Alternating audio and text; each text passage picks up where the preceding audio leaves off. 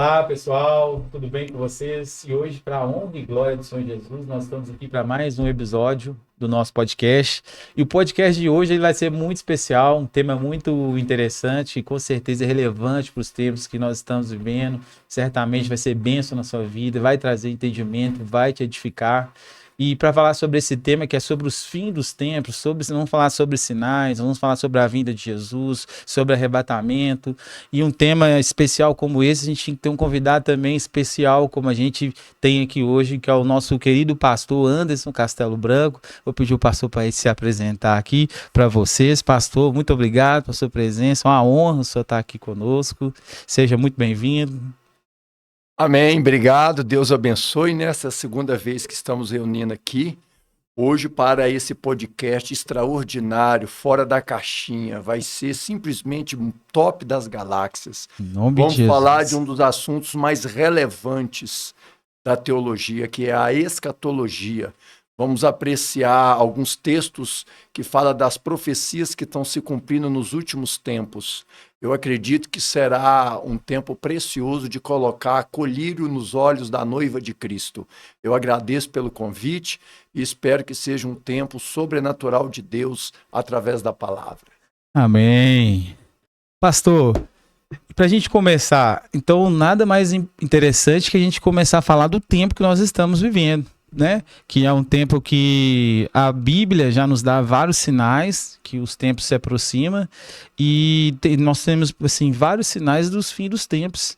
Então a gente pode falar sobre isso? Vamos começar. Vamos, mas assim, o que eu gostaria que a gente fizesse? Toda casa para ficar de pé, Ronildo, ela precisa ter alicerce, não é verdade? Então, Sim. Antes de ir propriamente dito para os assuntos pertinentes ao tempo do fim, é necessário que as pessoas que vão nos acompanhar, assistindo esse podcast, divulgando, a gente criar um alicerce onde nós vamos construir toda essa estrutura. Então, eu quero começar compartilhando a respeito desse tema tão complexo da Bíblia Sagrada. A palavra escatologia, na verdade, ela é a junção de duas palavras, escaton, fim, e logia, estudo. Então, escatologia é o estudo do fim. A escatologia, ela é um tema peculiar dentro da revelação.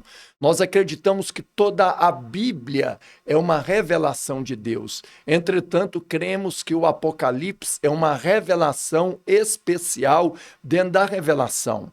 E quando tange a questão escatológica, o alicerce é profético. E, infelizmente, a igreja brasileira, ela é analfabeta em profecias bíblicas. A igreja é muito familiarizada com promessas, mas ela é desconhecedora das profecias bíblicas.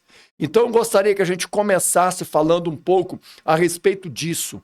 Só à vista de entendimento, a Bíblia tem 31.102 versículos. Desses 31.102 versículos, mais de 12.000 versos são proféticos.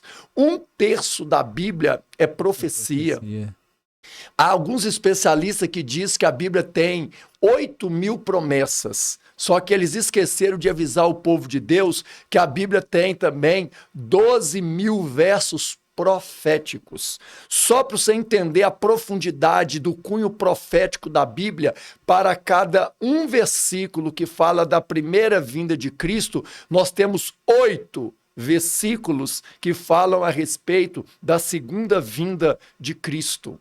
E precisa entender também que profecia é diferente de promessa. A promessa, para se cumprir, depende da fé, depende do crédulo. A profecia não. A pessoa crendo ou não crendo o que Deus disse que vai fazer, ele fará. Então, a esfera escatológica, ela ultrapassa a promessa bíblica. Ela está cunhada sobre a geografia da profecia. Então, o que nós vamos conversar hoje não depende se o nosso ouvinte acredita ou não acredita, porque o nosso ouvinte acreditando ou não, o que Deus diz que vai fazer, ele fará. Então, Nildo, o livro do Apocalipse, ele tem as suas peculiaridades. Eu vou começar por aqui, vou ser bem objetivo, que eu sei que a gente tem uma jornada longa pela frente. Ele tem 22 capítulos, 404 versículos, 12.000 palavras, 9 perguntas, 7 bem-aventuranças, 46 vezes a palavra trono, 37 vezes a palavra rei, 30 vezes a palavra cordeiro.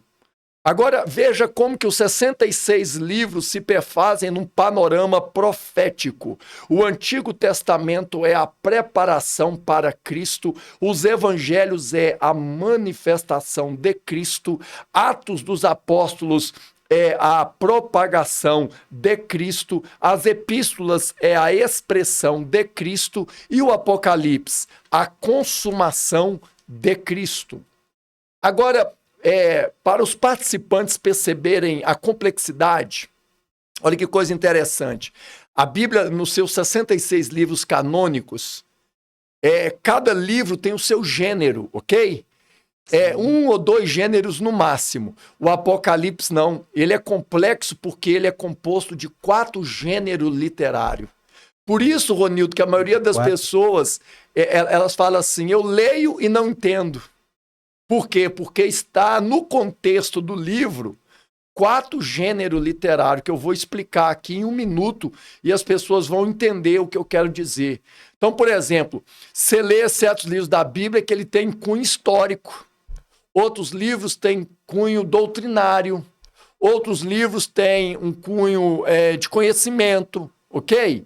O Apocalipse não, ele tem 4 cunhos de genérico. Então, por exemplo, ele tem um caráter, olha que coisa interessante, o Apocalipse tem um caráter, primeiro, epistolar. Ele também serve como uma epístola. Aonde que a gente vê as epístolas?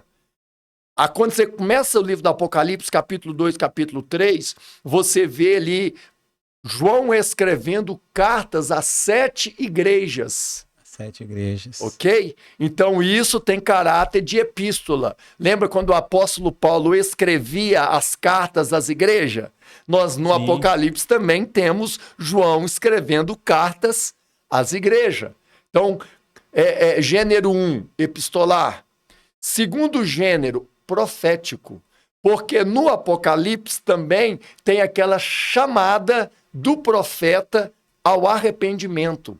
Lá no Antigo Testamento não tinha o Isaías, o Jeremias, o Ezequiel, os profetas que Deus usava para chamar o povo para o arrependimento. Sim. Esse mesmo caráter, além do epistolar, tem o caráter profético. Vários momentos nas páginas do livro do Apocalipse, nós vamos ver João chamando o povo de Deus ao arrependimento. Então aí já temos 2 caráteres do livro, 2 gêneros, o epistolar e o profético, ok? Mas como não bastasse, agora entra o gênero apocalíptico. O que é o gênero apocalíptico? São os eventos, 7 selos, 7 trombetas, 7 taças, 7 tronos, 7 trovões, 7 relâmpagos, terremotos, batalha, juízos. Então, tem acontecimentos com apontamento apocalípticos. E por último, para engrossar o caldo, tem o 4º gênero, que é o escatológico, que é o quê? A linguagem metafórica. Tem coisas que são literais e coisas que não... são, por exemplo, besta, dragão, chifre, coroa, mulher vestida de sol pisando sobre a lua, 7 Espíritos de Deus, 144.000 selados, marca da besta. Então você pega o estudante leigo da Bíblia, ele para no Apocalipse, por quê? Porque ele não consegue discernir esses 4 gêneros literários que compõem o livro, o epistolar, o apocalíptico, o profético e o escatológico.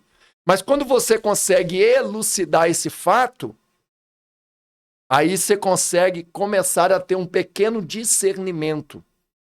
Eu sempre gosto nesse início, mostrar para as pessoas que o Apocalipse, ele tem assim um versículo esboço.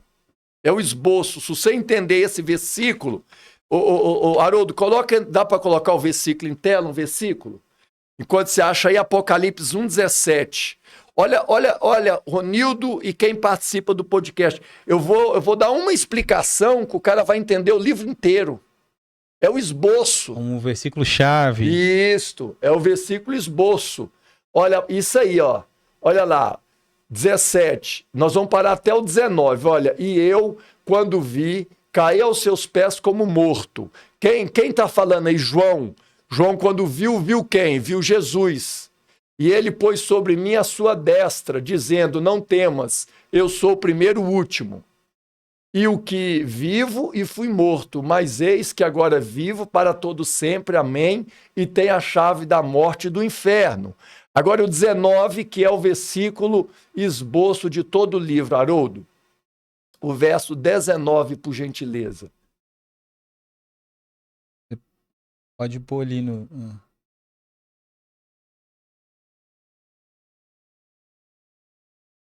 Isto. Escreve as coisas que tendes visto, passado, as que são, presente, e as que depois dessa hão de acontecer, futuro. Consegue ver ali os 3 tempos verbais? Sim. Passado, ali, presente, futuro? Ali Jesus está dizendo que ele ia falar por partes, né? Primeiro do passado, aí, ó. depois ia... Aí ele diz, olha aí está o versículo esboço do livro, olha, escreve as coisas que tendes visto. Então, o que nós temos em Apocalipse capítulo 1? Jesus glorificado. João, primeira visão que João tem de Jesus é Jesus em glória. Jesus que o rosto brilha mais do que o sol, Jesus que os olhos dele saem chama de fogo, o Jesus que da boca dele sai uma espada afiada, que na cabeça dele há várias coroas, que a roupa dele é branco salpicado de sangue, ok? As coisas que tem de visto, Jesus em glória. Aí ele sai do passado e vai para o futuro. E as que são presente. E o que era presente? Apocalipse capítulo 2, Apocalipse capítulo 3, a era da igreja. São as cartas. Isso, são as cartas de Éfeso a Laodiceia, ok? E depois, e as que depois dessas hão de acontecer, aí é o quê? Futuro. Então o que é futuro? O que vai acontecer depois da era da igreja. Aí entra no assunto que você começou aqui. Qual é o assunto? Sinais do fim dos tempos. Hoje, o que nós estamos vivendo? Nós estamos vivendo sinais de gemidos. Que sinais de gemidos são esses? Aqueles que estão correlacionados no sermão mais famoso de Jesus. Pregou vários, mas os 2 mais famosos, o primeiro é o Sermão da Montanha, onde dá as bem-aventuranças, a constituição do reino, ok? Sim. E o segundo sermão mais importante é o sermão profético, é o sermão escatológico. Aonde que a gente encontra esse sermão? Em 3 capítulos da Bíblia. Aqui estão eles. Mateus 24. Mateus 24, Marcos 13 e Lucas 21. É o mesmo sermão escrito sobre 3 óticas diferentes. A de Mateus, a de Marcos e a de Lucas. É o mesmo sermão. Cada um registrou alguns detalhes que o outro... Se você quiser entender a íntegra do sermão, você tem que juntar os 3. E aí, nesse sermão escatológico, Jesus está dentro do templo e os discípulos estão maravilhados com a construção do templo. Diz Flávio Joséfo que não tinha paralelo para o templo de Jerusalém. Jesus disse, não ficará aqui pedra sobre pedra que não seja derrubado. Aí os discípulos perguntam, quando será isso? E que sinais haveria do fim do mundo? Aí, em resposta a essa pergunta dos discípulos, Jesus dá uma lista de sinais que estão se cumprindo. Então, não sei se eu consigo mostrar para quem está participando que Jesus vai fazer uma conexão assim, Ronildo. Do mesmo jeito que o templo de Jerusalém foi destruído, haverá várias destruições no fim dos tempos. E haverá sinais para essas destruições. Então, por exemplo, todos esses sinais, a gente trata eles como sinais de gemido. Por quê? Porque o planeta Terra está dando sinais que a história da humanidade está chegando ao fim. Aí o próprio Senhor Jesus e o profeta Isaías usam uma figura de linguagem de uma mulher grávida para dar luz, que são dores de parto. Você tem filhos, você sabe que uma mulher, quando está grávida, ela começa a sentir o quê? Dores de parto. E aquelas dores são sinais que o corpo está dando, que está chegando a hora da criança nascer.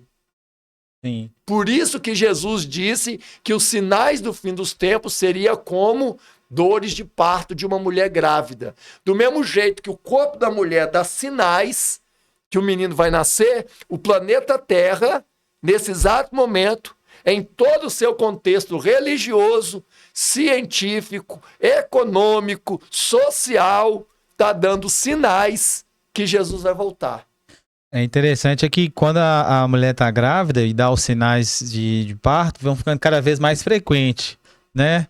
Então significa que quanto mais vai chegando a hora, os terremotos e todos os sinais vão acontecendo cada vez mais próximo, com mais frequência. É o que nós estamos tratando lá no mapa escatológico. Olha lá, ó, era atual, princípio de dores. Aí tá lá guerras, catástrofes, peste, fome, terremoto, falsos cristos, falsos profetas. Então ali nós temos sinais tanto na natureza quanto na sociedade. Aí, veja bem que coisa interessante sobre sinais. Essa semana eu estava ouvindo o presidente da ONU, da Organização das Nações Unidas, ele disse a seguinte frase: nós estamos em perigo e nós somos o perigo. Olha, nós estamos em perigo, se referindo à população mundial no planeta Terra.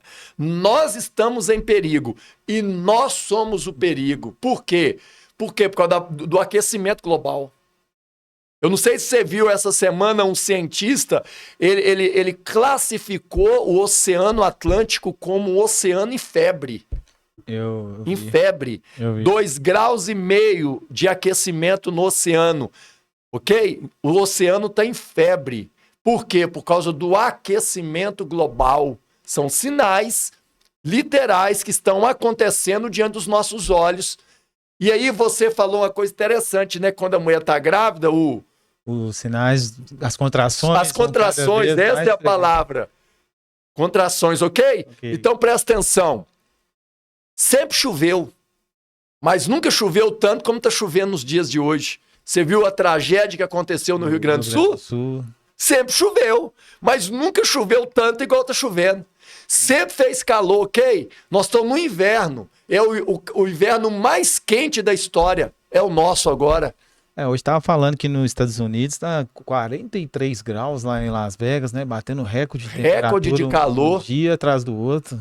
Então, o que as pessoas precisam, que elas não estão querendo perceber, é que sempre tudo aconteceu, mas nunca aconteceu com tanta intensidade como tem acontecido nos dias de hoje. E é isso que torna o fato um sinal. Vou repetir. Olha que coisa interessante. Tudo que está acontecendo até hoje sempre aconteceu. O que as pessoas não estão percebendo é que nunca aconteceu com tanta intensidade como tem acontecido nos dias de hoje. E essa intensidade do acontecimento é que torna ele um sinal da volta de Cristo. E eu tô vendo até pelo mapa escatológico ali, pastor, aquela parte que o senhor mostrou pra gente ali, tem tempestades, falsos cristos, falsas profecias, tá ali? Profetas. Tá acontecendo tudo ao mesmo tempo também, né, pastor? É o que eu estou correlacionando. Tudo ao mesmo tempo. Não é um fato isolado. Tá todo. A verdade, sabe qual que é? Sem querer assustar o participante, todo cenário mundial já está preparado para a volta de Cristo. De acordo com a teologia escatológica, Todos os sinais que precisavam acontecer para Jesus voltar já aconteceram. O último sinal que aconteceu dia 15 de maio de 1948, quando Israel foi instituído como nação pela Organização das Nações Unidas. Israel foi reconhecido pelo mundo inteiro como uma nação. Ali a figueira floresceu, ali cumpriu a profecia da parábola da figueira. Jesus diz assim: olhai para a figueira é Israel, e para as suas folhas, que são as nações. Quando vocês perceberem que a figueira floresceu e os seus ramos deu fruto, então chegou a estação do verão. A estação do verão é a estação onde o sol mais brilha, ok? E um dos títulos de Jesus é o sol da justiça. Nossa, forte, hein? Tá cumprido. Já cumpriu. Quantos anos Israel já foi instituído como nação? Já tem muito, já tem. Então, pronto. Então, deixa eu te falar uma coisa assim. Nós não estamos vivendo os últimos dias da igreja.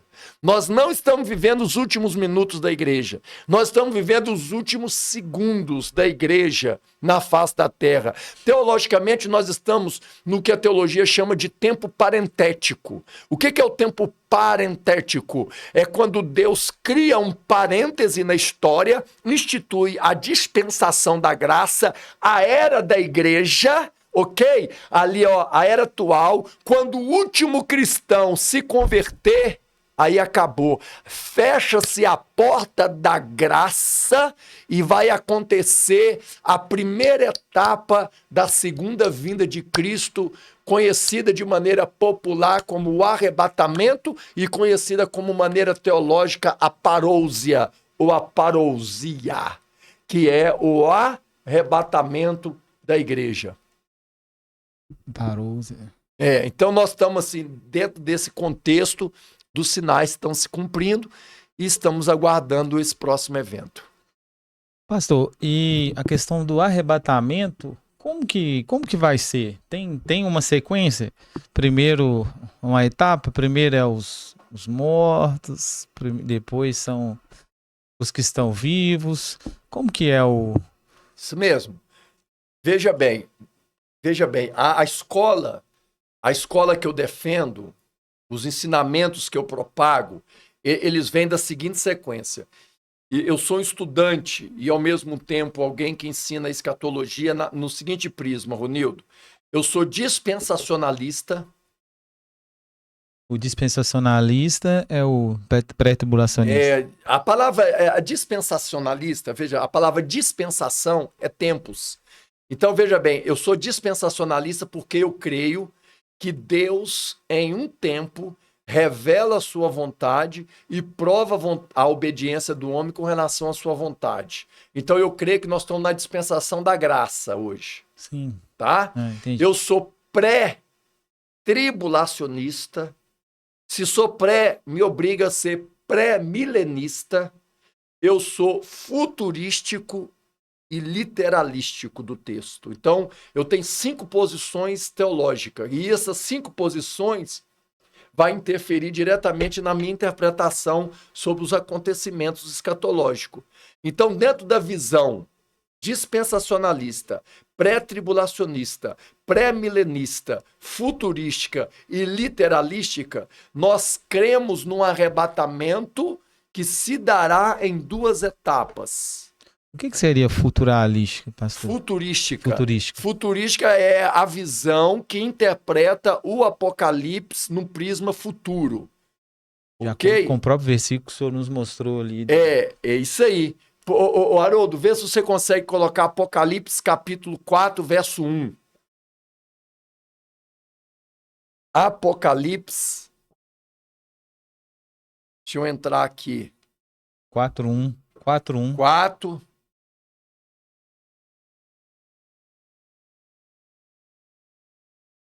Isto. Pronto. Olha para você ver isso aí que é a teologia futurística. Olha, pode deixar aí que eu vou explicar só um. Depois destas coisas, ok? A pergunta é, depois de quais coisas? Eu vou te responder. Nós estamos em Apocalipse quanto ali? 4 Então ele escreve depois dessas, coisas. quais coisas? Depois do 1, depois do 2 e do 3. Isso. Então no 1 eu tenho Jesus glorificado. No 2 e no 3 eu tenho a era da igreja. Que são as cartas. Isso. Então depois dessas, Coisas. então depois da era da igreja, olhei e eis que estava uma porta aberta Céu. no céu. Então João está na terra e ele agora está vendo uma porta aberta no Céu. e a primeira voz que com voz de trombeta ouvira falar comigo, sobe aqui, mostrar-te-ei coisas que depois dessas devem acontecer. Então presta bem atenção, João está na terra, até Apocalipse 3, João está na terra, na ilha de Patmos ali. Sim. Só que aí no 4 em diante, ele vai ter um convite, uma porta abre no céu, a voz fala com ele, sobe aqui. Se é para subir é porque estava embaixo, porque se já estivesse em cima, seria redundância, subir quem em cima já está. Então aí já é uma pré-figura do arrebatamento. João aí representa a igreja que estava na terra e é convidada a sair da terra e ir para o céu. Então, Apocalipse do 1 ao 3 já está cumprido. A visão futurística acredita que Apocalipse 4, 1 até o Apocalipse 22 ainda vai se cumprir no futuro. Isso é a visão futurística. Ah, que interessante. Então até o 3 já foi cumprido, pastor. Nós somos a igreja de Nós Laodiceia. estamos na igreja. De Laodiceia, a última igreja. O que nós estamos esperando agora? O arrebatamento. O que é o arrebatamento? É a porta aberta no céu. O que é a voz que chama João? É a trombeta de Deus que vai convocar os santos para subir. Então, do Apocalipse 4 em diante, é futuro. Até o 22. Então, por isso que eu te digo que eu sou dispensacionalista, pré-tribulacionista, pré-milenista, literalista e futurístico. Ok? Aí, quando a gente vai tratar dentro dessa escola o arrebatamento, que está lá em 1 Tessalonicenses capítulo 4, a partir do 13, se quiser colocar também, senhor Haroldo, 1 Tessalonicenses 4, 13, Paulo vai nos munir nesse capítulo de informações de grande detalhe e relevância para fazer a interpretação do que é o evento que nós estamos esperando. E já digo de antemão, a gente não tem o dia, a gente não tem a hora, inclusive Jesus foi interpelado a respeito de quando se daria. Ele diz, a respeito daquele dia e hora ninguém sabe, nem os anjos, nem o filho, senão o Pai, ok? Então é uma data que o Pai reservou para si. Mas Paulo vai nos dar mais informações, não de quando ocorrerá, mas de como ocorrerá o arrebatamento. 1 Tessalonicenses, capítulo 4, versículo 13, Paulo vai dar instruções para a igreja de Tessalônica para que ela pudesse estar, não na ignorância, mas na sabedoria. E preparada para saber a forma que ia acontecer, né? Que vai acontecer o arrebatamento da igreja. Muito bem, olha lá, que coisa mais linda. Vai me ajudando, Ronildo. Olha lá o 13, olha. Não quero, porém, irmãos. Então lembra que eu sempre ensinei que a gente tem que responder 4 perguntas para fazer a interpretação do texto. Quem está falando, para quem está falando, quando falou e por que falou. Quem está falando ali? Paulo. Para quem que ele está falando? Para os Tessalonicenses. Não quero, porém, irmãos. Então, o que ele vai falar agora não é para o ímpio, o que ele vai falar não é para o desviado, não é para o mundano. O que ele vai falar agora só serve para quem é irmão. Ele fecha o público. Só para quem é irmão. Ok? Então tá. Então o que ele vai tratar agora é só para nós, que somos irmãos, não serve para outros. Não quero, porém, irmãos, que sejam ignorantes acerca dos que já dormem. Porque na igreja de Tessalônica, eles tinham uma teologia equivocada a respeito da morte, Ronildo. Eles achavam que a morte era o fim. Eles achavam que a morte colocava um ponto final na existência humana. Aí Paulo vai escrever sobre o arrebatamento para consertar essa teologia equivocada sobre Thanatos, a morte. Olha lá. Não quero, porém, irmãos, que sejais ignorantes. A palavra ignorante ele é falta de conhecimento. Acerca o assunto dos que já dormem. Por que ele usa a palavra dormir? Porque para Deus ressuscitar quem está morto é tão fácil igual nós acordar quem está dormindo. Olha como é que o poder de... Olha lá. Para que não vos entristeçais como os demais que não têm esperança. Porque se cremos que Jesus morreu e ressuscitou, nós cremos, Ronildo? Sim. Cremos na morte de Jesus? Sim. Cremos na ressurreição de Jesus? Sim. Assim também, aquele assim também é modus operandi. Assim também aos que em Jesus dorme, Deus os tornará a trazer com ele. Dizemos, pois, isso pela palavra do Senhor. Não é a palavra dele. Ele coloca um aditivo de segurança. Dizemos isso pela palavra do... É o Senhor que está falando. Pronto, isso, não é eu. Essa teologia não é minha. Você entendeu? Entendi. Glória a Deus. Espero que quem esteja assistindo também possa entender. Ele coloca um aditivo de segurança. Porque alguém podia falar, isso é a ideia de Paulo. Isso aí é a ideia de Gamaliel que treinou Paulo.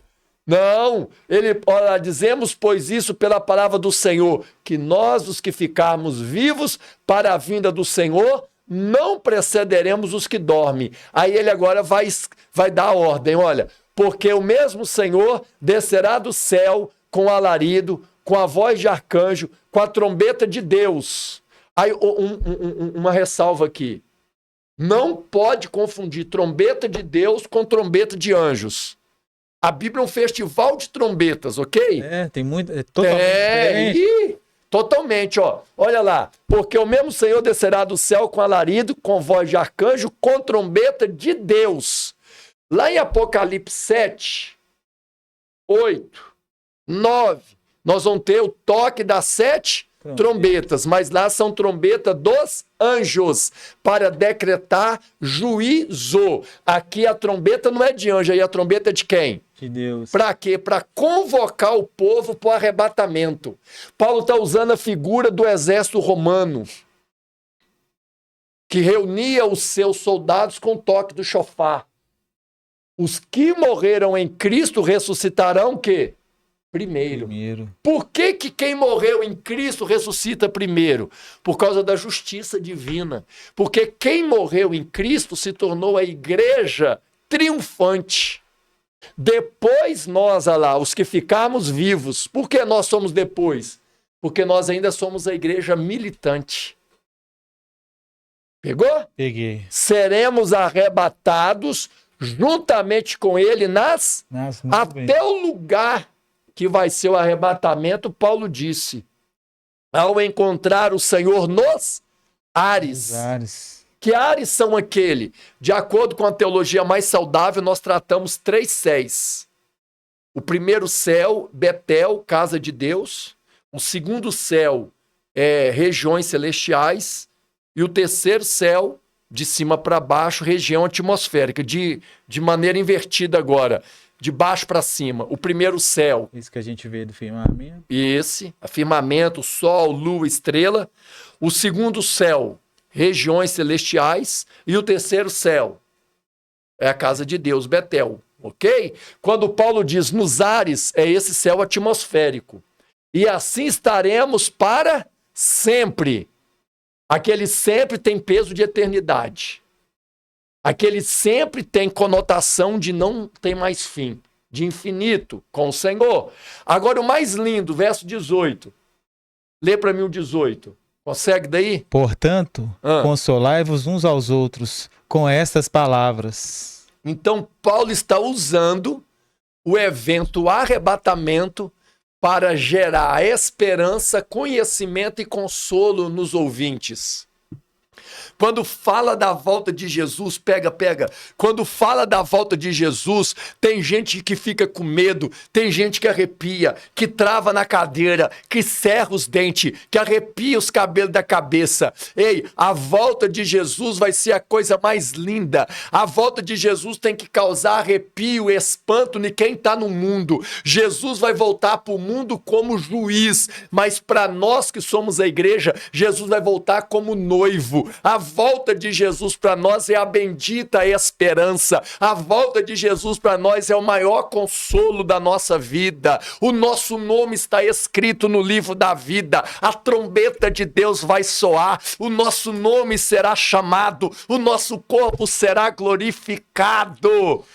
E nós, como cristão, é o momento que a gente espera. É o momento que a gente deve aguardar ansiosamente, né, pastor? Pronto! Esse é o momento. Essa palavra que nós dois estamos compartilhando aqui deveria ser uma palavra que deveria governar a igreja nos dias de hoje. Sabe por quê? Porque a Bíblia fala que Deus levantará um servo fiel que dará ao seu povo o alimento do tempo certo. Quem é o servo fiel? É o pastor, aos da sua casa. Quem é a casa? A igreja. Qual é o alimento certo? A palavra do fim.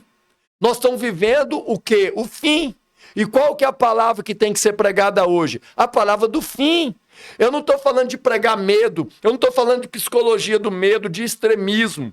Eu estou falando de uma teologia equilibrada, mas que ensina para a igreja que ela está com os pés na terra, mas ela tem que estar com o coração e os olhos no céu. Sabe por quê? Porque é de lá que virá o nosso Senhor. Então, a expectativa que deveria tomar conta da igreja hoje não é a expectativa de uma vida melhor na terra. É a expectativa de ser redimido para receber o que Jesus conquistou e herdar a nossa pátria celestial. Hoje, eu já disse isso aqui, presta bem atenção, eu vou evoluir. Essa teologia que nós dois estamos conversando aqui hoje, ela imperou na igreja brasileira até a década de 80. Pega o raciocínio, que coisa profunda que eu vou compartilhar com você. Até a década de 80, os pastores... Tinha esse foco. Tinha essa pegada, essa veia. Jesus está voltando. A igreja precisa se consagrar, se arrepender, se santificar. Ok? Só que o diabo é muito sagaz. O diabo entrou com uma teologia da prosperidade. O diabo trouxe... Eu não estou falando que prosperidade é do diabo. Calma. Não deturpe o podcast aqui não, meu chapa. Eu não estou falando que prosperidade é do diabo.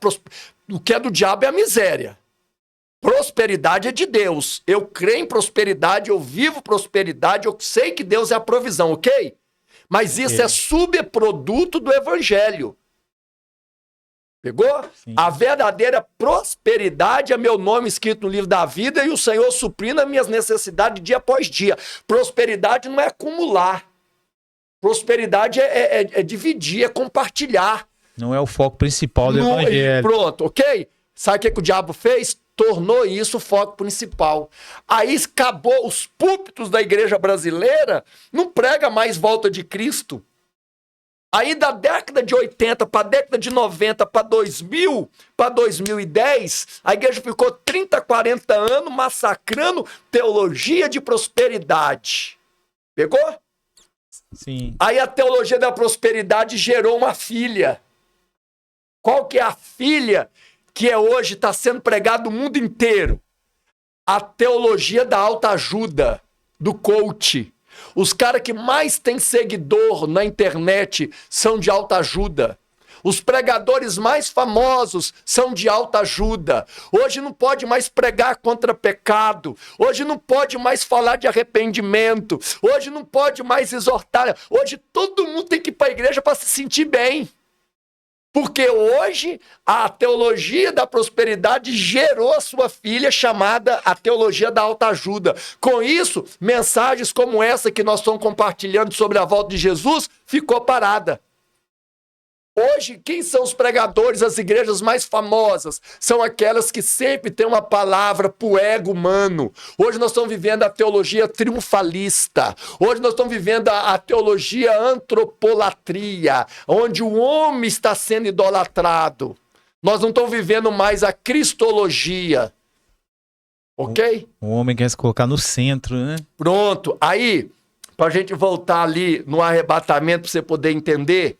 O que que nós estamos vivendo hoje? A teologia da Xuxa. Da Xuxa? É. Qual que é a teologia que está imperando as igrejas no Brasil inteiro agora? Sabe qual que é a teologia da Xuxa? Tudo que eu quiser, o cara lá de cima vai me dar.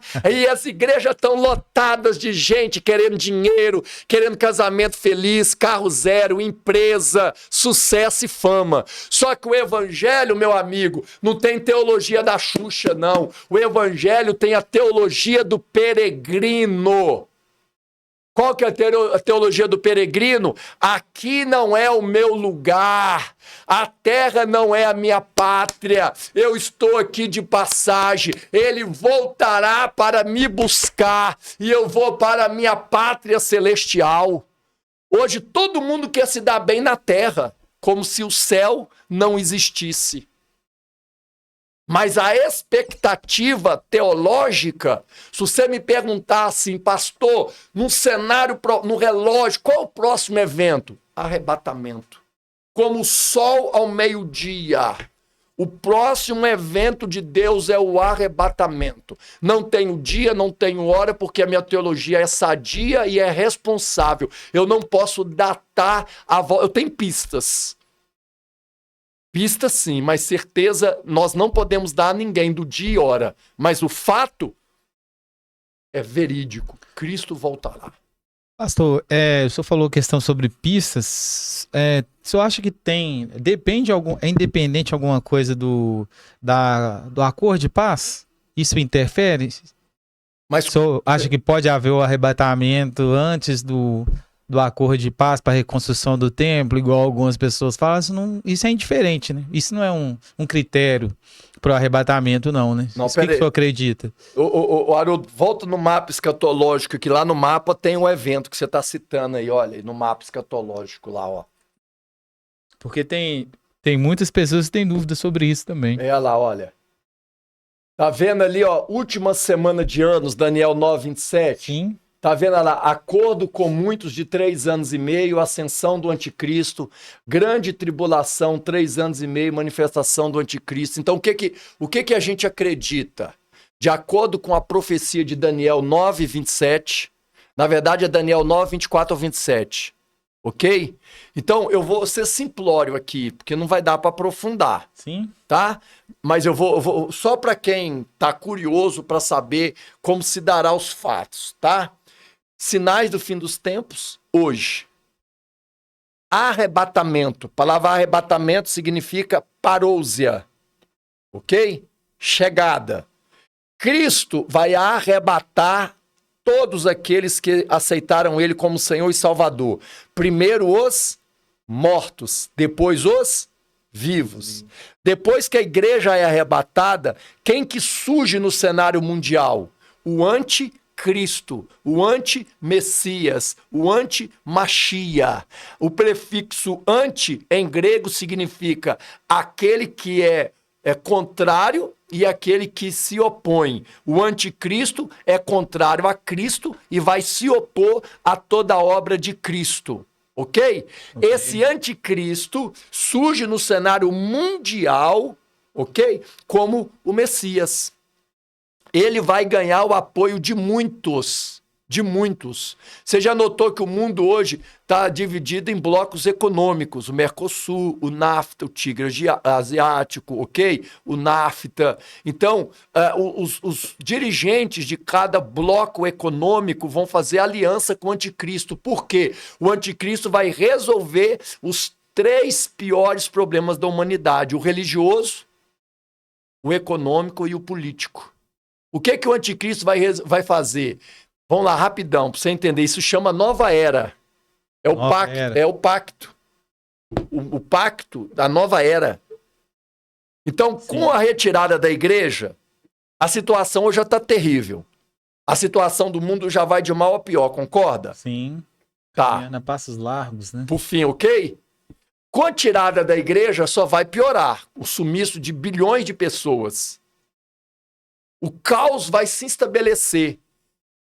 Sempre no caos vai ter que surgir alguém para poder resolver. Aí surge o anticristo. É bom se dizer também que o Papa não é o anticristo. Porque a igreja evangélica, na década de 80 e 90, como nós conversamos há pouco, ela tinha esse frenesi. Apontava muito para ele, pro né? Papa. Não. Se você for olhar na escatologia, o anticristo, ele tem cunho, poder político. E o Papa está na esfera religiosa. Se você me perguntar, o Papa é o falso profeta? Talvez, não sei, quem sabe. Mas o anticristo, não. Aí hoje a gente vive de muita especulação. Quem é o anticristo? Direto me pergunta. Já falaram Emmanuel Macron. Uns falam Elon Musk. Elon Musk. Agora estão falando que é o genro do presidente dos Estados Unidos. Trump, né? É, isso. Por quê? O nome dele significa anjo caído, anjo de luz caído, o significado do nome dele. E ele tem raiz judaica. Só que eu posso falar uma coisa? A igreja não tem que ficar especulando quem será o anticristo. Porque se você vê o anticristo, significa que o arrebatamento aconteceu e você ficou. A igreja, de vez de ficar querendo saber quem é anticristo, a igreja deveria estudar a palavra para saber quem é Cristo. A igreja tem que se interessar em conhecer Cristo Salvador, não é ficar especulando quem será o anticristo destruidor, não. Aí Cristo arrebata a igreja, surge um anticristo, ele resolve os 3 problemas: político, econômico e religioso. Como que ele resolve o problema político? Ele leva paz de 3 anos e meio, olha lá, acordo de paz, tá vendo o verde ali, ó? Uhum. O verde é os 3 primeiros anos de falsa paz lá, a ascensão do anticristo. Porque nesses 3 anos e meio ele faz a nova ordem. Leva paz no Oriente Médio, onde tem guerra, inclusive está tendo guerra lá em Israel e Palestina, ok? Está lá a guerra, ele vai resolver aquilo. Segundo, ele resolve o problema religioso. Ele fala assim, olha, todos os caminhos levarão a Deus. Ele vai instituir a religião universal chamada ecumenismo. Ecumenismo? Ecumenismo. Todas as religiões levam a Deus. O cara pode ser espírita, macumbeiro, livre pensador, evangélico, o que ele quiser. Tudo leva a Deus. E ele vai resolver o terceiro problema que já começou a resolver, que é o financeiro. Ele vai resolver, não vai haver mais pobre no mundo. Deixa eu só te dar uma ideia, para você ver a profundidade, como que o mundo está sendo preparado. Vou mostrar para o céu que você nunca viu. Antigamente, como é que o cara juntava dinheiro? Debaixo do colchão. Era que tanto dinheiro no colchão, ok? Sim. Aí depois o dinheiro foi para onde? Para o banco. Ok? Colocou o dinheiro no banco. Aí depois do dinheiro do banco, aí veio o cheque.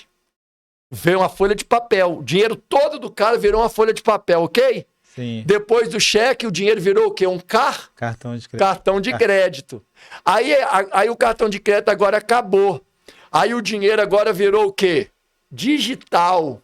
Hoje o mundo todo, as agências bancárias estão fechando, porque ninguém mais paga um boleto físico. Agora a gente paga tudo no digital, ok?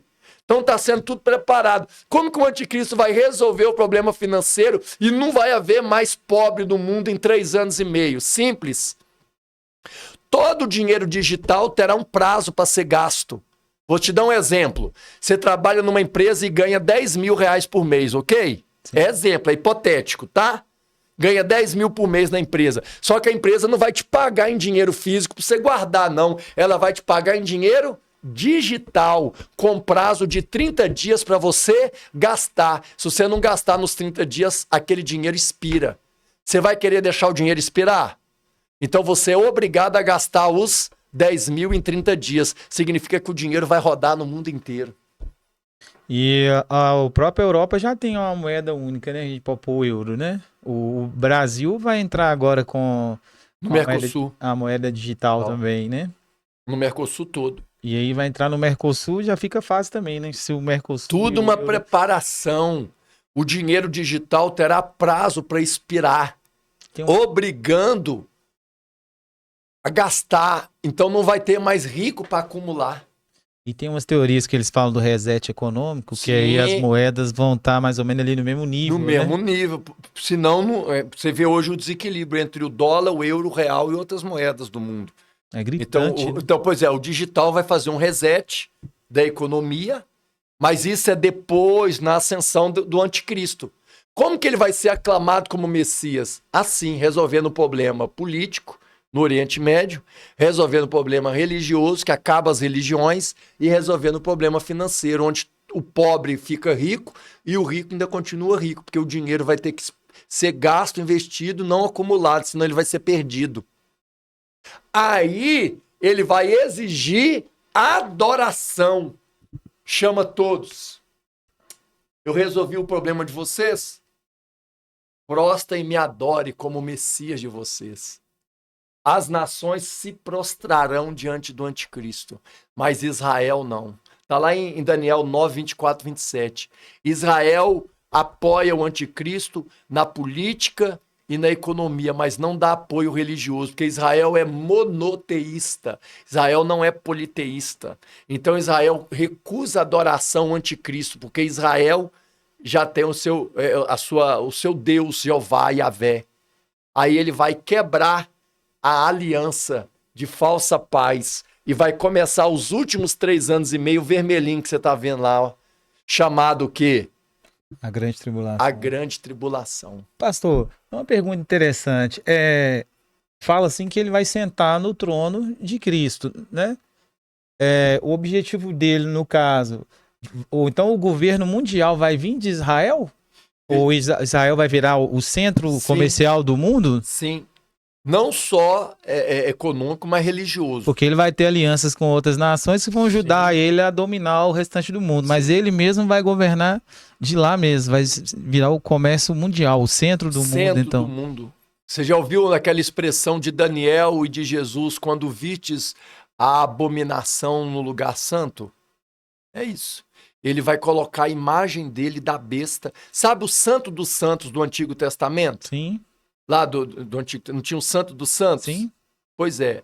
O terceiro templo será reconstruído exatamente na geografia do santo dos santos do Antigo Testamento.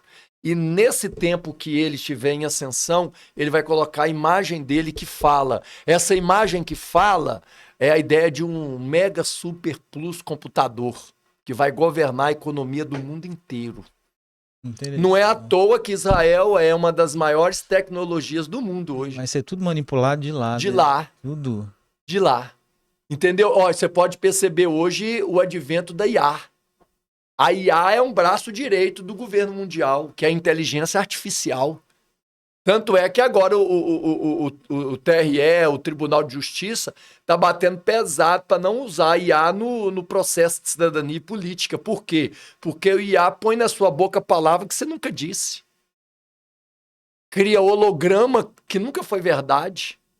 Então o anticristo ele vai se valer da tecnologia, a inteligência artificial. Daniel disse sobre a multiplicação da ciência, do conhecimento.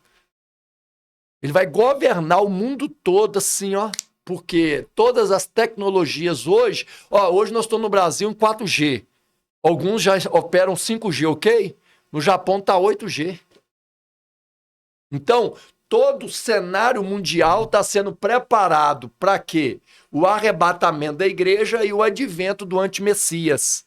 Ele resolve os problemas. Quando Israel recusa a adoração, ele quebra a aliança para começar o pior tempo da história. A grande tribulação, que é os últimos 3 anos e meio. Então é aí que nós vamos ver nesse período da grande tribulação, Deus tratando com várias situações, e no final da grande tribulação acontece um outro evento chamado Epifaneia. A Epifaneia é a segunda etapa da segunda vinda. O Epifaneia, ele acontece dentro do período ali da grande tribulação? No final. No final? Olha lá, ó. Segunda vinda, tá vendo, ó? No final da linha vermelha. Sim. No final da linha vermelha, tá vendo, ó? As nuvens e Jesus descendo, olha lá. Vem nas nuvens e todo olho verá. Esse é o versículo chave de Apocalipse. O que eu li é o versículo esboço. Qual que é o versículo esboço? 1,19. Passado, presente, futuro. Coisa que viu, que vi, e que tá vendo e que verá. Agora ali não. Ali é o versículo chave. 1,7? 1,7. Haroldo, você coloca pra gente ali. Pode pôr. Apocalipse 1, versículo 7? É o versículo chave. Todo livro do Apocalipse depende desse versículo aí. É o propósito do livro, olha.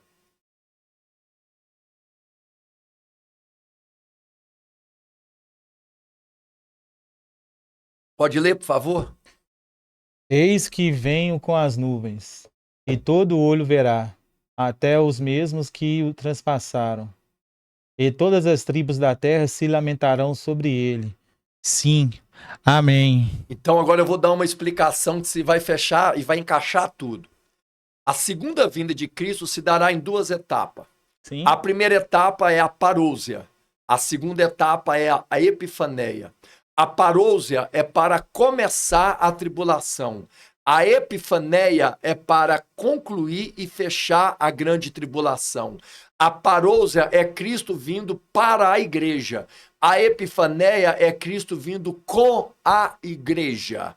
A parousia é para a manifestação do anticristo. A epifaneia é para pôr ponto final na manifestação do anticristo. Na parousia, quando Cristo tira a igreja, o anticristo manifesta. Na epifaneia, Cristo vem para poder derrotar o anticristo e aprisionar ele por 1000 anos no abismo. Então, ali, olha lá, eis que venho com as nuvens. Olha que coisa interessante agora. Todo olho verá. Sabe o que eu quero te ensinar aqui? Eu acabei de falar que o anticristo vai usar a tecnologia, não vai? Sim. Cristo também. Como? Vou te explicar. Vou usar um exemplo aqui que você vai entender. Todo mundo vai entender. Você lembra quando os terroristas de Osama Bin Laden invadiram os Estados Unidos e chocaram 2 aviões contra as Torres Gêmeas? Sim. Você estava lá nos Estados Unidos? Não. Não? Mas como é que você sabe que aconteceu isso? Eu vi pela televisão, você viu pela televisão, a rede mundial. Então, a tecnologia foi usada para você estar ciente de um evento que aconteceu do outro lado do mundo. Tá. Lá diz que Jesus virá no Monte das Oliveiras. Daqui você vê o Monte das Oliveiras? Não. Não? Então como é que você vai ver um evento que vai acontecer lá? Então, televisão, redes sociais, tempo real. Ou você acha que quando Jesus vai vir igual um boneco do tamanho do sol?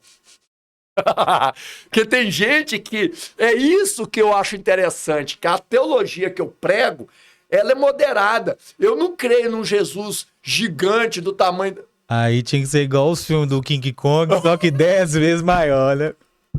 Para todo olho ver Jesus, porque Jesus falou que vai voltar no Monte das Oliveiras. O Monte das Oliveiras está em Israel. Daqui você vê o Monte das Oliveiras? Não. Mas ali diz que todo olho o quê? Verá. Como que vai ver? Através da tecnologia, gente. Sim. Qualquer evento que acontecer em qualquer lugar do mundo, a gente vê na hora, nas redes sociais. Inclusive, então, a questão da própria das 2 testemunhas também é mais ou menos nesse mesmo sistema, coisa. Né? Irmão, deixa eu te falar uma coisa. Tá tudo sendo preparado pros 2 lados. Volta a repetir, vamos de novo.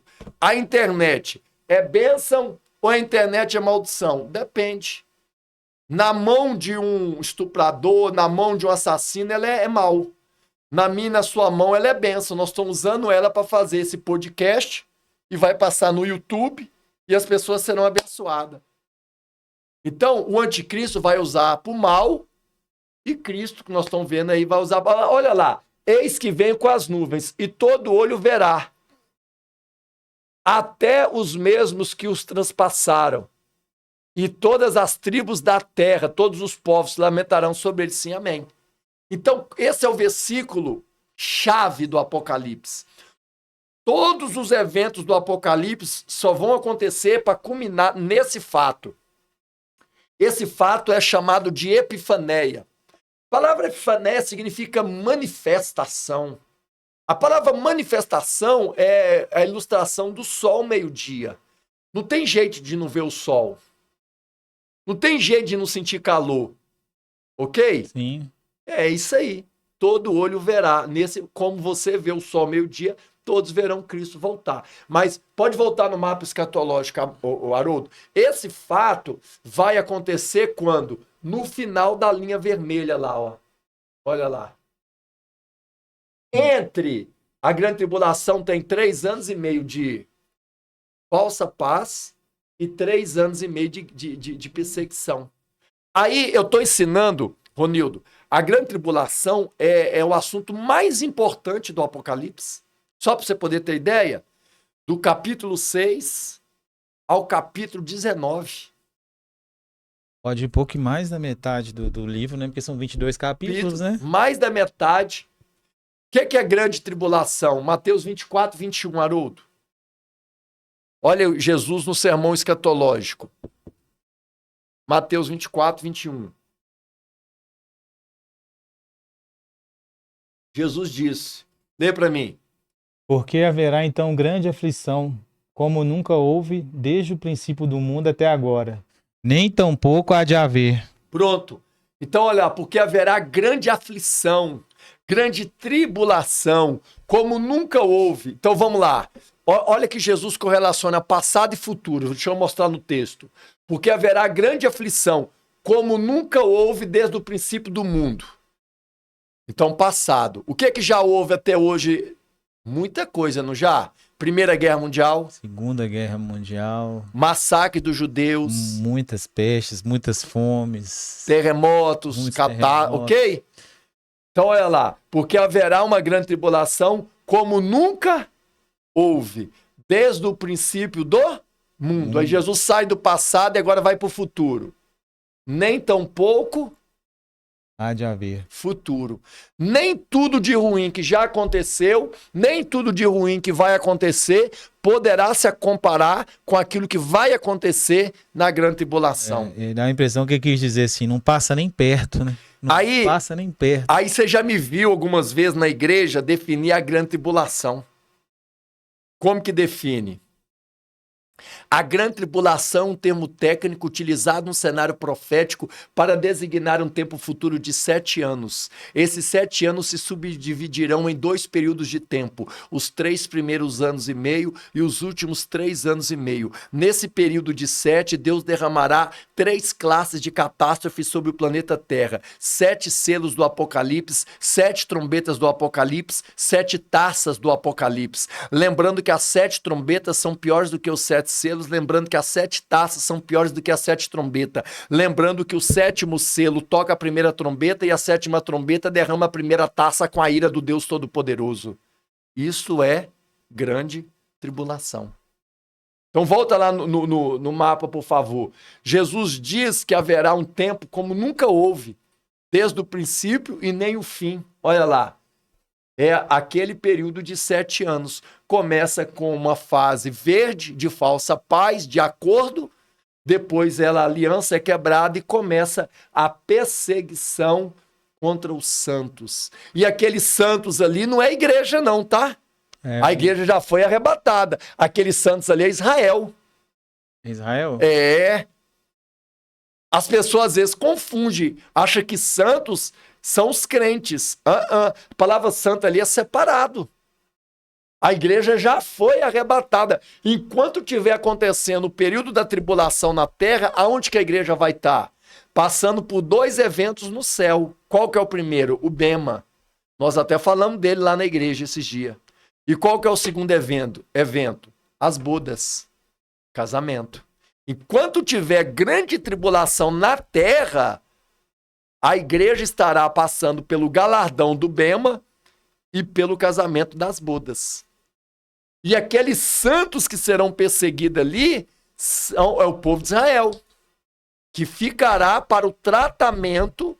Você lembra que eu falei que nós estamos vivendo o tempo parentético? Sim. Deixa eu te mostrar um cenário que você nunca viu. O projeto de Deus começa com a nação de Israel. Ok? Sim.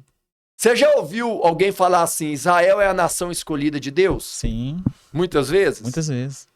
Mas talvez... Assim, no início, né? Quando chamou Abraão. Isso, a nação escolhida? Sim. Tá, a pergunta que eu vou fazer agora é a seguinte. Para que Israel é a nação escolhida? Ou por que Israel é a nação escolhida?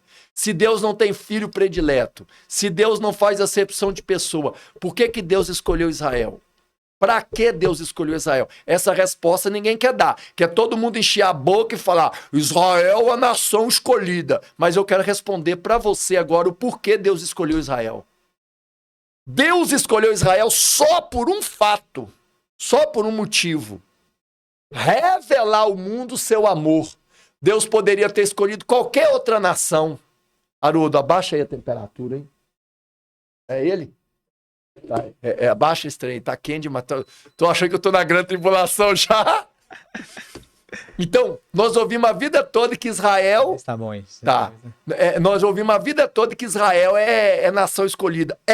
Pra quê? Só para um propósito, revelar ao mundo o amor de Deus. Agora, posso falar mais? Sim. Israel está falhando na missão. Israel, de vez de estar espalhando a paz, está em guerra. Eu não estou falando que Deus rechaçou, que Deus rejeitou a nação de Israel, não.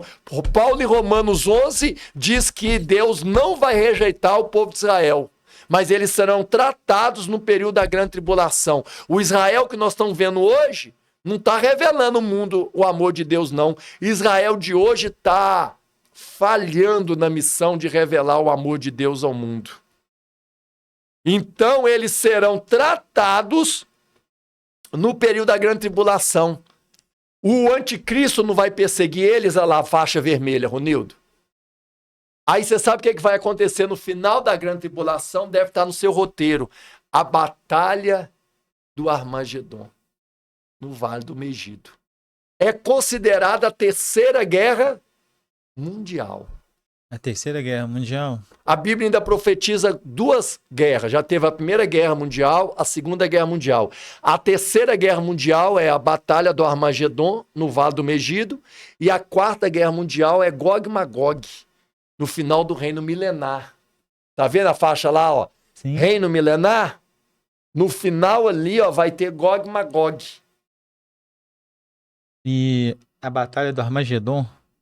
A batalha do Armagedon no Vale do Megido. Veja bem, quando a Bíblia fala batalha do Armagedon no Vale do Megido, está só dando o epicentro, o centro da guerra, mas a guerra vai envolver o mundo inteiro. A guerra vai acontecer em Israel. O Vale do Megido, a geografia está lá, ok? Porém, ali é só o epicentro da guerra. A guerra vai englobar as nações. Porque, principalmente as que as aliançaram com Israel, com o anticristo. Então, no final do período da grande tribulação, haverá batalha. Aí que vem agora o mistério. Quando diz que todo olho verá, a parousia, só a igreja vai ver Cristo. Só a igreja vai ouvir o toque da trombeta de Deus.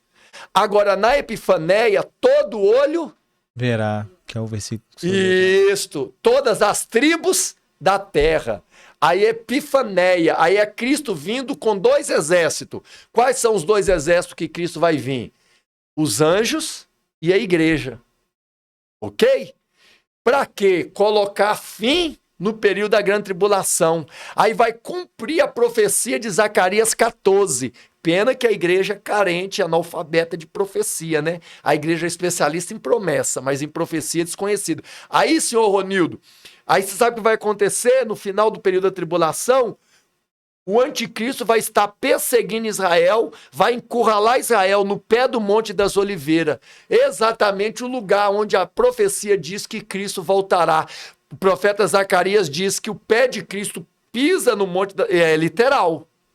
Uma parte do monte se fende para um lado, outra parte do monte se fende por outro, ok?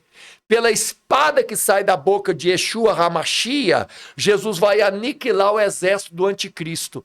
Quem é o exército do anticristo? A OTAN. O maior exército do mundo hoje é a OTAN, a Organização do Tratado Norte-Americano. Aí, quando Cristo aniquilar o exército do anticristo, vai haver uma fenda. Israel vai passar por essa fenda e se refugiar. Quando Cristo aniquilar todo o seu exército e virar para Israel, Israel vai estar prostrada, de joelho no chão, chorando e confessando que Jesus Cristo verdadeiramente é o Filho de Deus. Jesus Cristo é o Messias Salvador. Aquele Israel que rejeitou Jesus na primeira vinda vai se dobrar e confessar que Jesus Cristo é o Messias. Já ouviu aquele ditado, quem não vem pelo amor? Vem pela dor. Quem não vem pelo amor? Vem pela dor. Isso não serve para nós, isso é para o povo judeu. Eles foram chamados pelo amor, mas eles rejeitaram. Então eles serão chamados pela dor na grande tribulação. E assim Jesus vai pôr fim à grande tribulação na batalha do Armagedon, no Vale do Megido. E aí Jesus vai instituir a linha azul maior lá, ó. Que é o início do reino milenar. Pronto. Pastor, uma coisa interessante também, tem muitas pessoas que nesse período da grande tribulação, eles falam, porque o inimigo vai fazer isso, vai fazer aquilo, só que a gente vê que tudo sempre está no domínio de Deus, né? Inimigo? Porque ele vai ser mais um personagem nessa história da grande tribulação, porque as trombetas vai acontecer, o selo vai acontecer, Deus vai tá tratando as nações e inclusive tem uma trombeta que fala que derrama a taça sobre o trono da besta?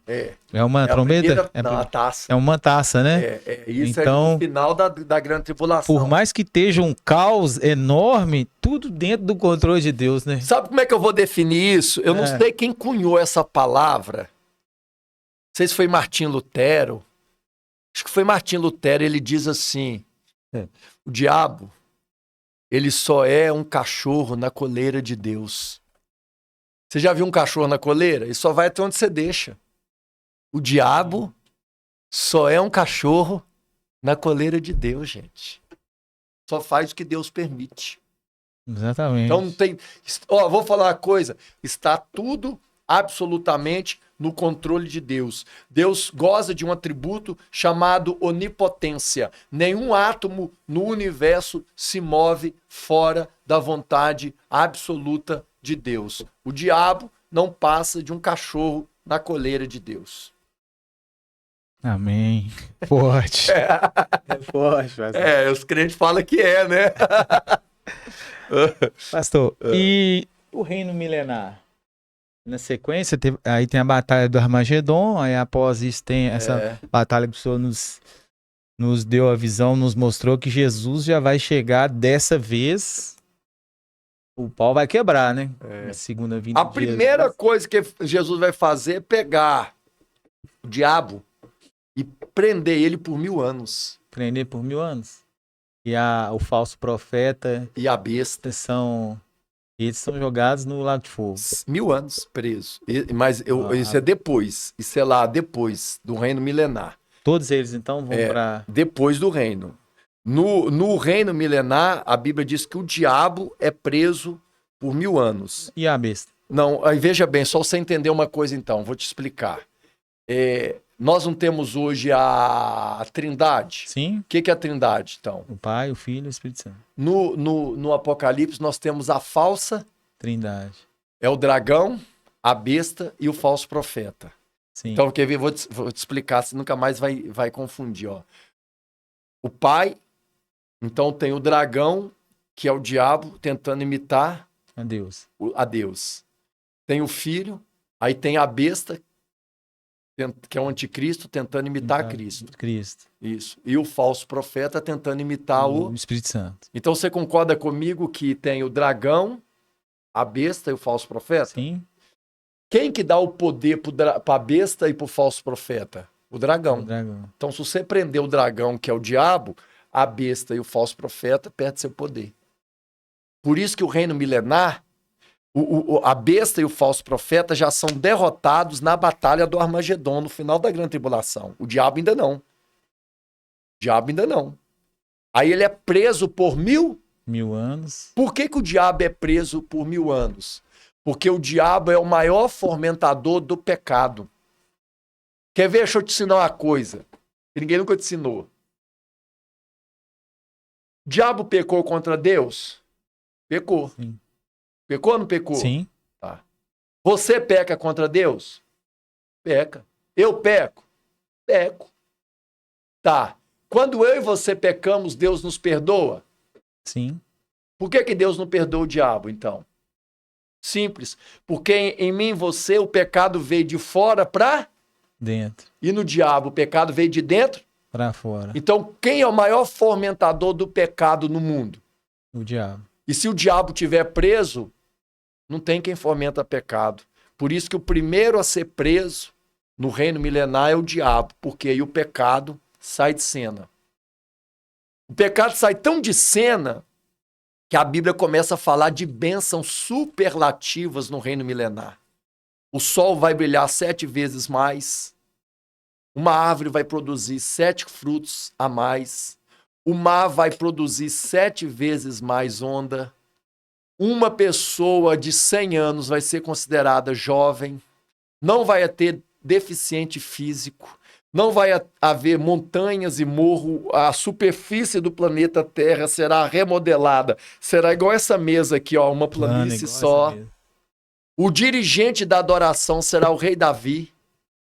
Oh, é mesmo? As nações terão que ir em Jerusalém para adorar o Cordeiro.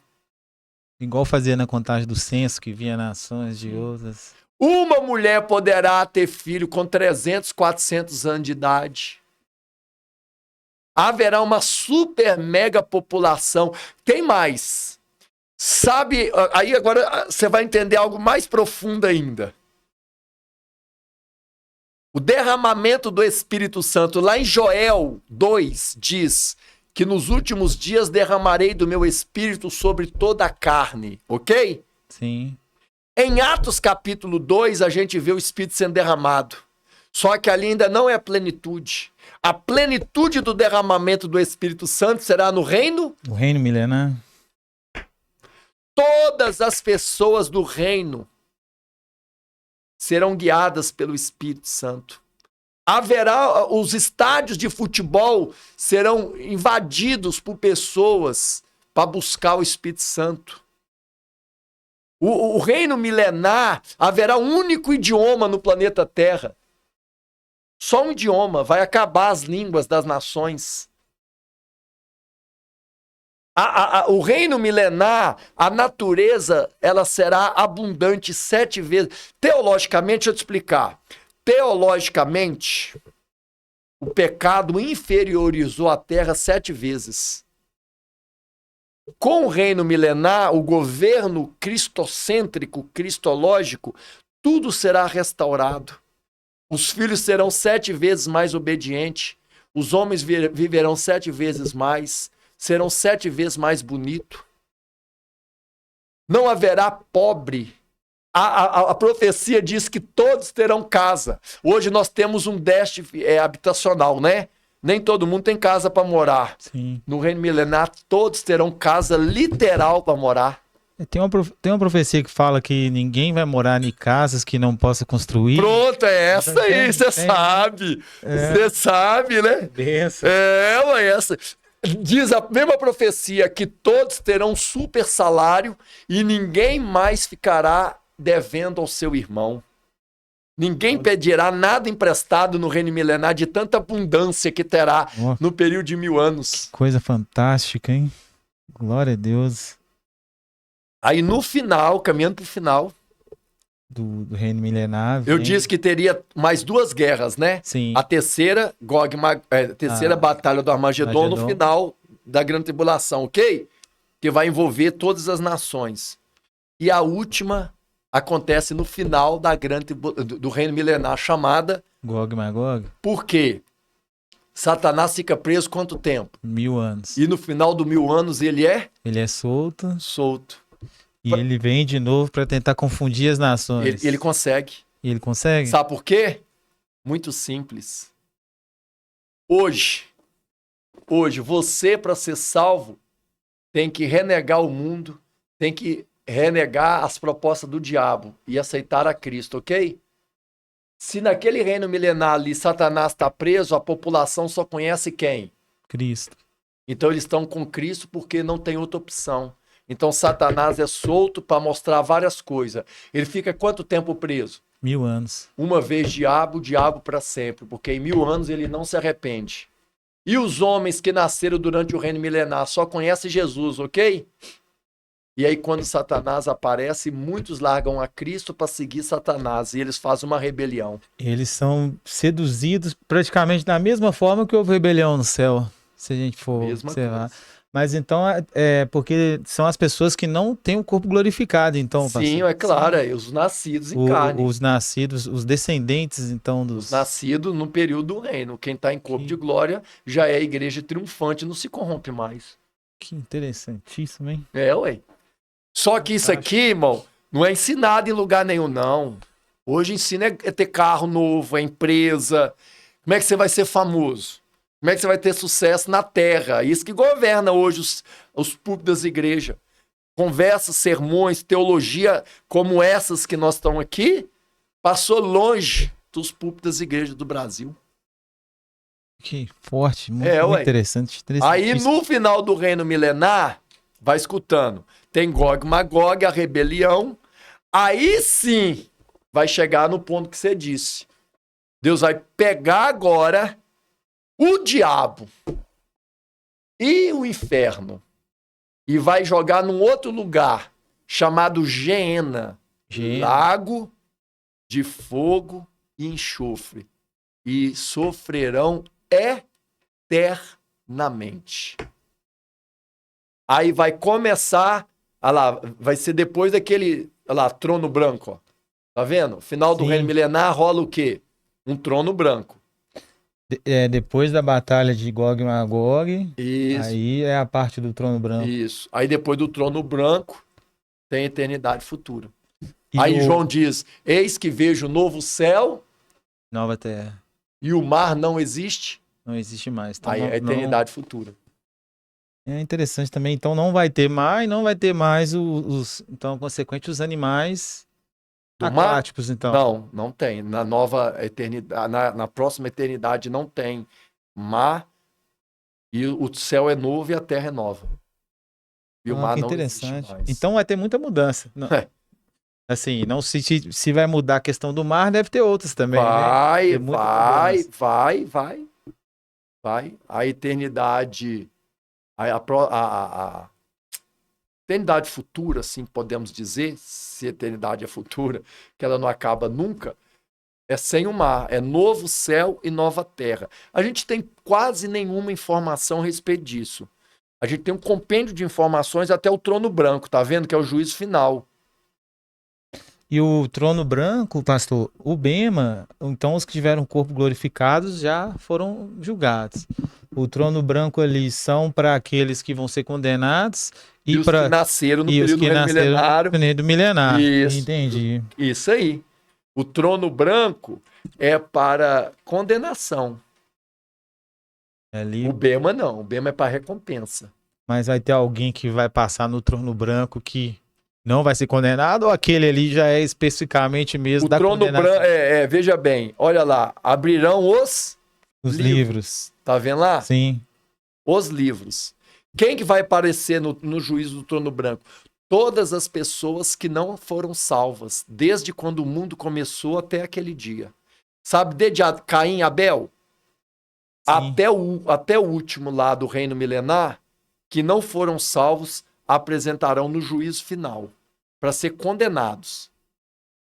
E ali eles serão lançados, olha lá, a segunda ressurreição, olha lá, de todos os demais mortos para o juízo final. Isso. Então todo mundo que nasceu, desde Adão e Eva até o último, que não aceitou a Cristo, Vai comparecer. Inclusive, um dos livros do juízo final é qual livro? Da vida.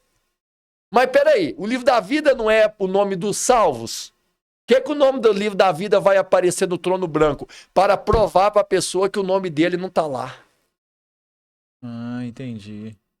É invertido. Ah! Se não tiver com o nome lá. Boa! Hoje, para a gente ser salvo, o nome tem que estar onde? No livro da vida. No livro da vida. Beleza? No juízo final, um dos livros é o da vida. Mas não é para mostrar que o nome do cara tá. É para mostrar que não. Não tá lá. Por isso ele vai ser condenado ao lago de fogo e enxofre, a Geena, e sofrerá eternamente. Deu aí? Deu. Então tá bom. E após o grande trono branco é a nova criação. O senhor nos falou. Novo céu, nova terra e o mar não existe mais. E aí há muitas teorias, muita especulação, mas poucas coisas a gente sabe a respeito disso. A respeito disso. No caso, junta-se a terra e o céu? Não tem como. Não tem. Você sabe o que acontece? Aquela parte de Apocalipse das ruas de ouro Não é ali não. Aí veja bem, deixa eu te falar uma coisa. A gente tem que calar aonde a Bíblia se silencia. É melhor. Não dá pra gente forçar a barra, né? Onde a Bíblia fala, a gente fala. Mas onde ela se cala, a gente se silencia. Que benção. Pastor, então, queria agradecer a presença do senhor. Assim, foi uma benção. Tenho certeza que foi benção. Muito conhecimento. Tenho certeza que quem está assistindo também foi muito abençoado. Glória a Deus. Foi muito edificado. E em breve aí nós vamos estar fazendo mais. Deus abençoar, em nome de Jesus. Queria perguntar se o senhor quer falar alguma coisa antes da gente encerrar. Eu quero agradecer. Quero pedir para propagar esse podcast, divulgar. Você viu como que o conteúdo é importante, é vasto, é bíblico, é urgente. Então, o meu pedido é para divulgação e as minhas palavras finais é de gratidão e que Deus continue nos abençoando. Amém. Amém. Você que está nos assistindo, você vê que muito conteúdo, o pastor leu aqui para a gente também do livro de Tessalonicenses, que fala assim, não quero que sejam ignorantes, né? Paulo disse aos irmãos. Então, nós como cristãos, Jesus quer que nós sejamos inteligentes, que nós aprendemos a palavra, que nós conhecemos, que propagamos o evangelho. Então, esse tema dos fins dos tempos é o tema, como a gente falou aqui, que tinha que estar na veia, né? Que a gente tinha que estar vibrando, que a gente tem esperando, que é o momento ao qual a profecia vai se cumprir, a qual a Bíblia vai se cumprir, a palavra vai se cumprir. Então, que nós sejamos uns instrumentos, que nós não sejamos ignorantes, né? Possamos levar a palavra, possamos meditar na palavra, passar o conhecimento adiante, igual o pastor nos ensinou aqui hoje. Então, eu espero que esse podcast possa ter sido bênção na sua vida, nos ajude a compartilhar. Tenho certeza que você aprendeu bastante. Então, que Jesus possa te abençoar e até o próximo episódio do nosso podcast. Em nome de Jesus, um abraço e tamo junto. Valeu, tchau.